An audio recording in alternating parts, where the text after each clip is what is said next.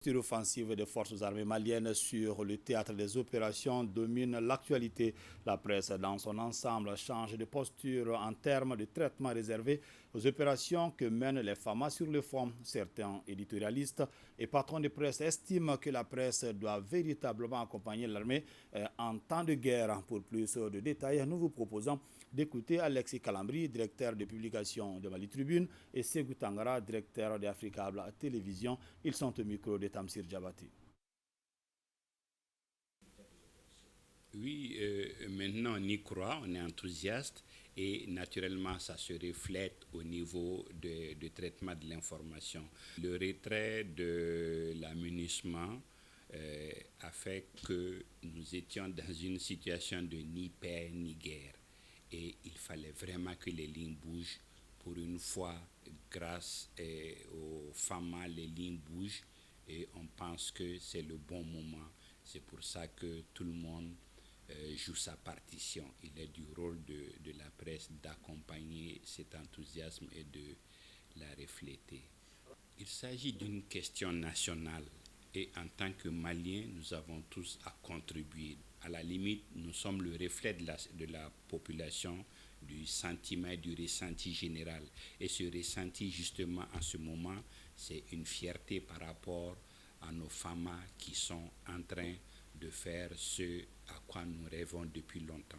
En 10 ans, beaucoup d'eau ont coulé sous les ponts. En 10 ans, nous avons eu le temps d'apprendre de nos erreurs et de nos naïvetés, souvent en croyant souvent à la bonne foi des camps d'en face.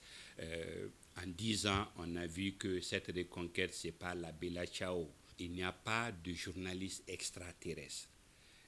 Nous sommes Maliens, nous avons un pays en péril et nous avons, en tant que journalistes, en tant que Maliens, un rôle à jouer.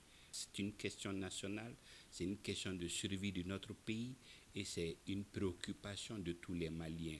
Donc ce qu'on peut faire en tant que journaliste pour la reconquête, nous jouons notre partition. Le traitement que nous en faisons, c'est un traitement en tenant compte des enjeux parce que nous sommes dans une guerre informationnelle et communicationnelle. Si vous vous rappelez, il y a 10 ans, l'armée avait conquis Anefis dans la conquête des villes du nord, Gao, Tombouctou, Kidal, mais on avait été bloqué aux portes de Kidal après Anefis.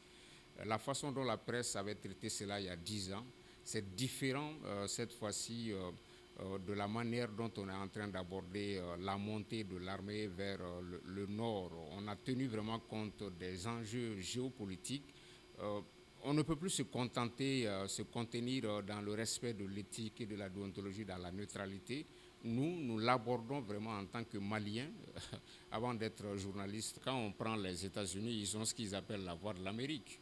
Les Anglais ont la voix de la Grande-Bretagne, ils ont BBC. Les Allemands ont la voix de l'Allemagne. La Russie a RT Africa. La France a RFI France 24. Israël a I24. Quelle est la voix du Mali? Donc, en tant que journaliste, on doit se poser cette question-là. Au-delà des médias nationaux, la presse doit donner de la voix pour qu'il y ait, seulement à la répétition, cette voix du Mali. Ce ne sera pas, non pas pour soutenir une personne ou un clan, mais pour soutenir un idéal conquête, un idéal commun de reconquête de l'intégrité territoriale de notre pays. On se contente pour le moment de ce que la DIRPA offre, ce que l'armée donne, mais ce sera mieux une fois que la presse soit souvent sur le théâtre des opérations pour constater de visu